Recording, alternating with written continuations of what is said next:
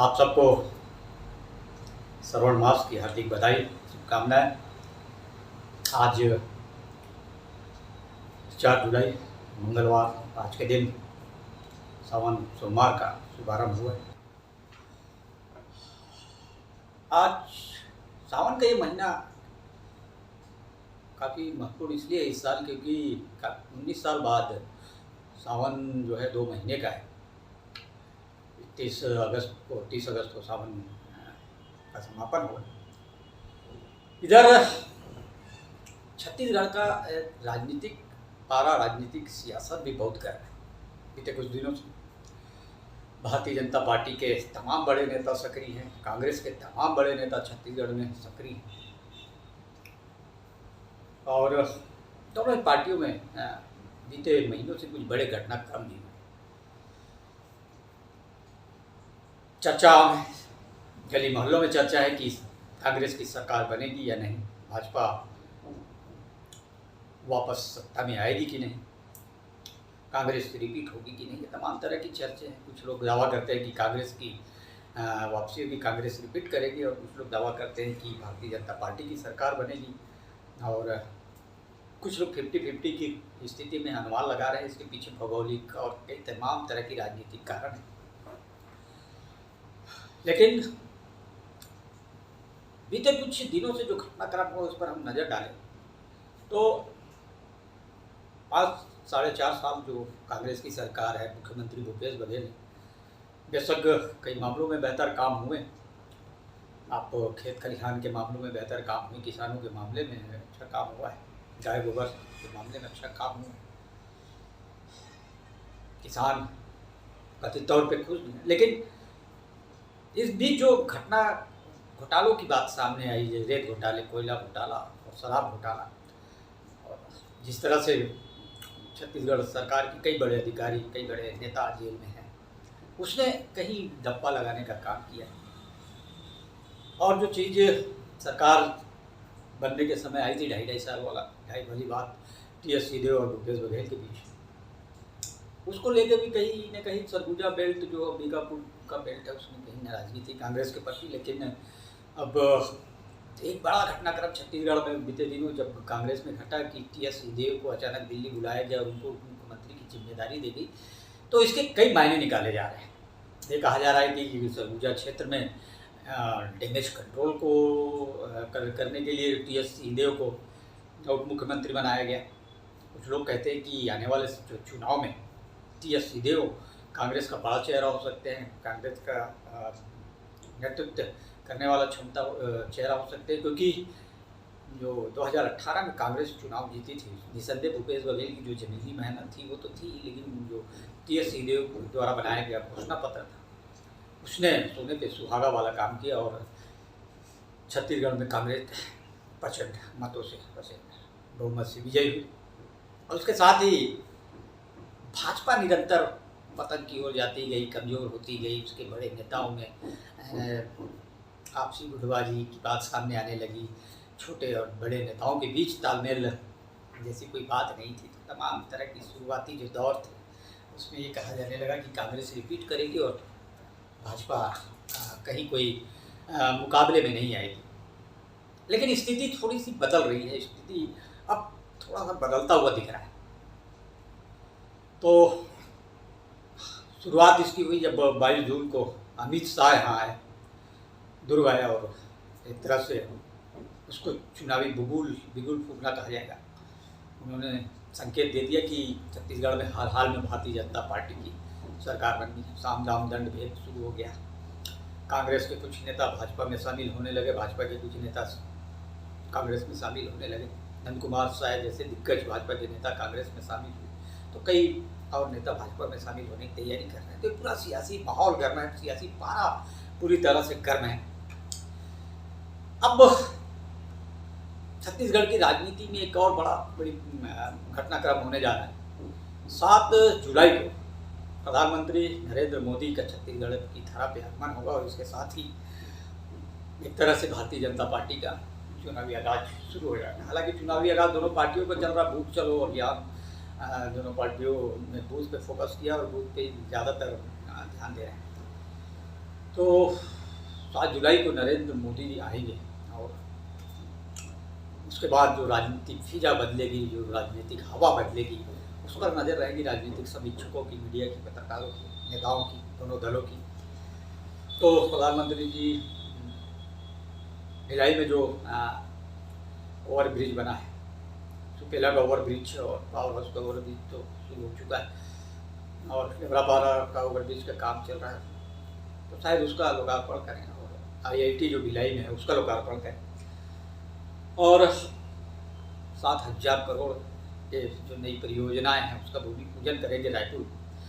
और शायद रायपुर जो स्टेशन है वहाँ से नया रायपुर के लिए एक मेमो ट्रेन भी शुरू होगा, उसका भी लोकार्पण होगा। ये बड़ी बात है, लेकिन सबसे अहम बात कि प्रधानमंत्री नरेंद्र मोदी के छत्तीसगढ़ के इस दौरे को, रायपुर के इस दौरे को अहम बनाने की जिम्मेदारी अमित शाह और उनकी टीम ने संभाल रखी।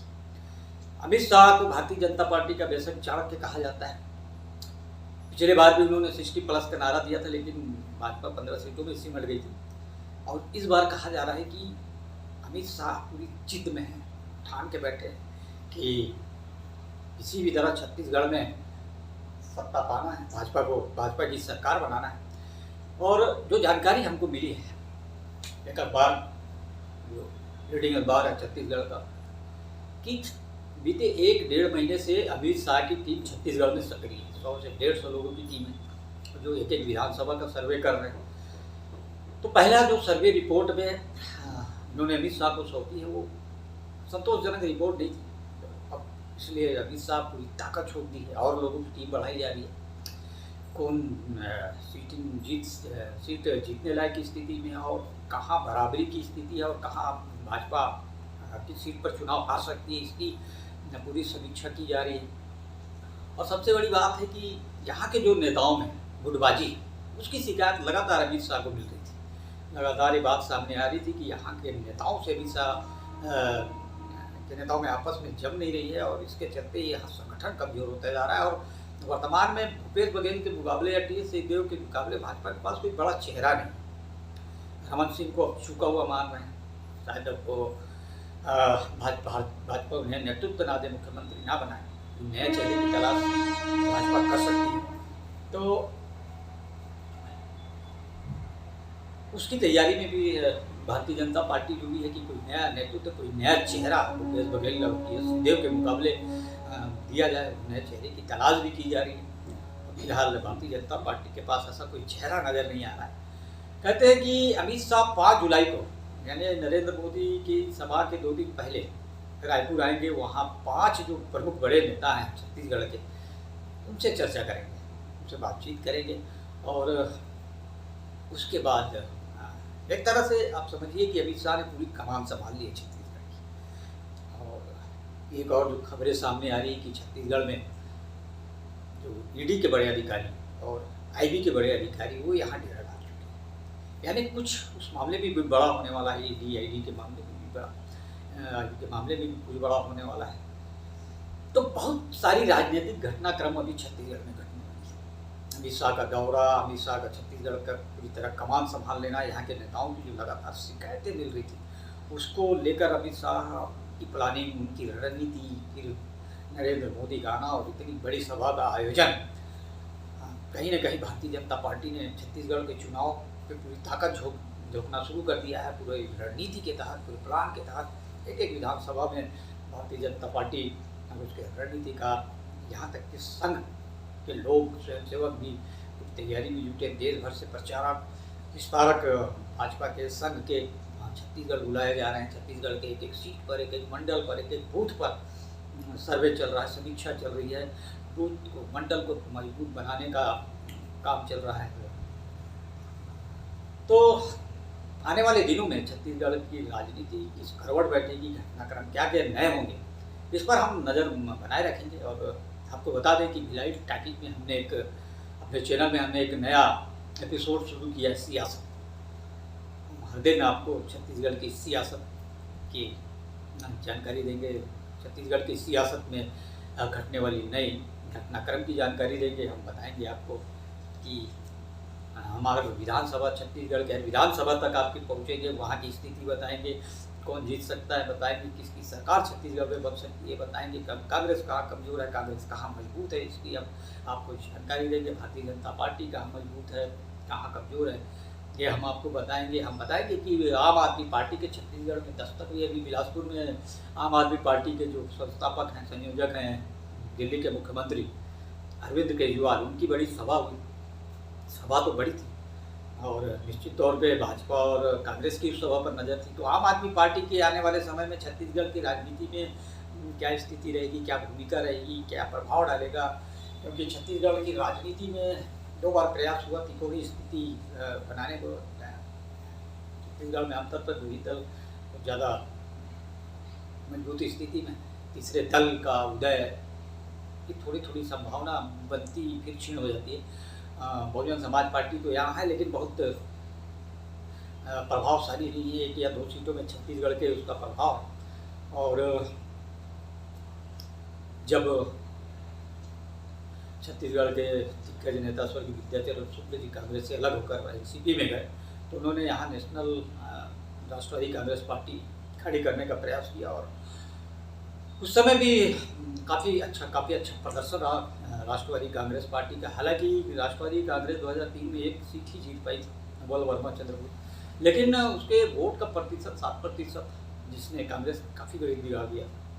भारतीय जनता पार्टी की सरकार बनी थी। पिछले चुनाव में अजीत जोगी ने प्रयास किया था, जोगी कांग्रेस के माध्यम से तीसरी ताकत बनने का, तीसरा दल खड़ा करने का, लेकिन काफ़ी हद तक वो सफल रहे। 7 सीटें पहली चुनाव में ले आए, ये बड़ी बात थी। और शायद इस चुनाव में वो होते छत्तीसगढ़ के प्रथम मुख्यमंत्री, नमन करते हैं उनको, हमारे बीच नहीं रहे वो, तो शायद तीसरे दल की स्थिति आज काफ़ी मजबूत होती, लेकिन वो भी संभावना क्षीण हो गई। तो आने वाले समय में हम छत्तीसगढ़ की तमाम राजनीतिक घटनाक्रम पर नज़र रखेंगे, आपको जानकारी देंगे। तो बने रहिएगा हमारे साथ, देखते रहिएगा हमारे चैनल को। अगर आपने अभी तक हमारे चैनल को सब्सक्राइब नहीं किया है तो सब्सक्राइब कर लीजिए और कमेंट्स बॉक्स में ज़रूर बताइएगा कि हमारा ये जो छोटा सा प्रयास है कैसा लगा और आने वाले समय में हम इसको और कैसा बेहतर कर सकते हैं। तो छत्तीसगढ़ की सियासत पर नज़र रखने के लिए हमारे साथ बने रहिएगा। हमारे चैनल को लाइक शेयर और सब्सक्राइब जरूर कीजिएगा। तब तक के लिए नमस्कार।